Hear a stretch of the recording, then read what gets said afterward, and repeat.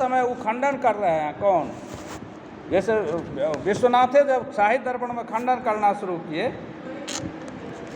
तो वो कहते हैं कि ध्वनि क्या प्रकार का होता है। तो मुख्यतः ध्वनि 3 प्रकार का होता है, अलंकार रूप ध्वनि, वस्तु रूप ध्वनि और रस रूप ध्वनि। अब ये हमको जानना है कि आखिर ध्वनि है क्या। तो ध्वनि है व्यंग्यार्थ। काव्य प्रकाशकार लिखते हैं कि इदम उत्तम अतिशयनी व्यंग्य वाच्या ध्वनि बुधई रीति कथिता। कहते हैं काव्य का 3 भेद करते हैं, उत्तम, मध्यम, अधम। तो उत्तम काव्य वह हुआ जिस काव्य में वाच्यार्थ की अपेक्षा व्यंग्यार्थ जो है अधिक चमत्कारी हो, तो उसको हम उत्तम काव्य मानते हैं। तो जो जहाँ पर में वाच्यार्थ की अपेक्षा व्यंग्यार्थ अधिक चमत्कारी हो, अब वाच्यार्थ, लक्ष्यार्थ, व्यंग्यार्थ ये सब तो आप लोग जानते ही होंगे प्रायः। साहित्य शास्त्र में 3 शब्द, 3 अर्थ और 3 व्यापार स्वीकार किया गया है। अभिधा, लक्षणा, व्यंजना, ये 3 व्यापार है, 3 शक्तियाँ हैं। और वाचक, लाक्षणिक और व्यंजक 3 शब्द भी है और 3 अर्थ भी है। वाच्यो अर्थो अभिधया बोध्यो लक्ष्यो लक्षणया मतः व्यंग्यो व्यंजनया तास्युस तीसरा शब्दस्य शक्तया। ऐसी कारिका है कि 3 शक्तियाँ हैं। तो अभिधा, लक्षणा और व्यंजना, जो अन्य शास्त्रों में भी अभिधा और लक्षणा की सत्ता तो है ही। और ध्वनि के विषय में भी तो कहते हैं बुधई वैयाकरणे प्रधानभूत स्फोट रूप व्यंग्य व्यंजकस्य काव्यस्य ध्वनि रीति व्यवहार कृता तत्तदनुसारी भी अलंकार शास्त्रे। यानी कहने का आशय वैयाकरण लोग पहले ध्वनि का व्यवहार किया, प्रधानभूत स्फोट रूप व्यंग्य व्यंजकस्य शब्दस्य।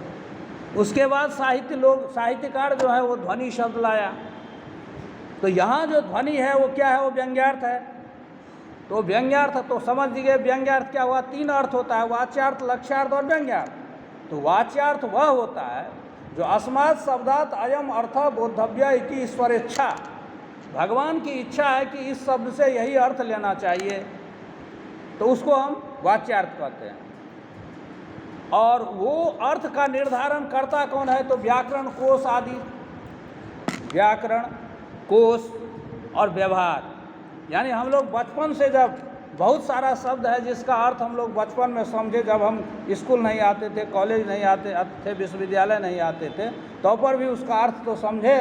वो कैसे समझे? व्यवहार से। उत्तम वृद्धम उद्देश्य मध्यम वृद्धे न उक्ते गामाना इत्यादि प्रयोग है कि मान लिया जाए बाबा है और पोता को खिला रहे हैं बाबा। पोता है छोटा, अभी साल भर का है, 6 महीना का है, तो अपने पुत्र से यानी वो बच्चा का जो पिता है उसको कहता है बाबा कि गाम आना है, गाय लेते हो, या जलम आना है। हाँ, एकम जलपात्रम जलम आना है। तो वो बच्चा तो न जलपात्र समझ रहा है, न जल समझ रहा है, न आना समझ रहा है। लेकिन जब ये उनके बाबा कहे कि जल माना है, तो उन्हें वो देखा बच्चा कि हमारे पिताजी गए हैं और एक ऐसा पदार्थ है, उसमें कुछ पदार्थ भरा हुआ है जो लेकर वो आते हैं। तो बच्चा धीरे धीरे 1 दिन 2 दिन 3 दिन में समझ गया कि वो जलपात्र शब्द से अर्थ भवती एतादृशः पिंड रूपः। ऐसा जो पिंड होता है वो जलपात्र कहलाएगा। जलम तो इदम भवती, माने जलम ये कोई पदार्थ भवती, द्रव्य पदार्थ। तो धीरे धीरे धीरे वो बच्चा व्यवहार से ज्ञान सीखता है। तो वो जो ज्ञान है वो तो किसी स्कूल, कॉलेज, विश्वविद्यालय में नहीं सीखा, वो अनौपचारिक शिक्षा उसको कहते हैं। हाँ, तो औपचारिक शिक्षा, अनौपचारिक शिक्षा होती है। तो औपचारिक शिक्षा तो वो हुई जो शिक्षा हम स्कूल, कॉलेज, यूनिवर्सिटी में प्राप्त करते हैं। अनौपचारिक शिक्षा जो अनवरत चलती है, तो उस रूप से हम उसको जो है सो बच्चा ग्रहण किया व्यवहार रूप में, तो उसको हम वाच्यार्थ कहते हैं। ठीक है, तो वाच्यार्थ तो है एकदम ईश्वर ने तय किए हैं कि इस शब्द का हमको यही अर्थ लेना है। और लक्ष्यार्थ इससे थोड़ा भिन्न होता है। लक्ष्यार्थ में होता क्या है कि जो शब्द का अर्थ होना चाहिए वो नहीं होकर उसका विपरीत भी हो जाता है। जैसे कहा गंगायाम घोषा, एक उदाहरण के लिए हम बता रहे हैं, प्रसिद्ध उदाहरण है कि गंगायाम घोषा इति प्रयोग केनापि कृता।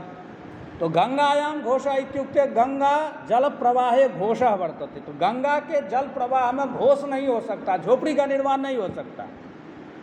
गंगा में हम क्या कहते हैं,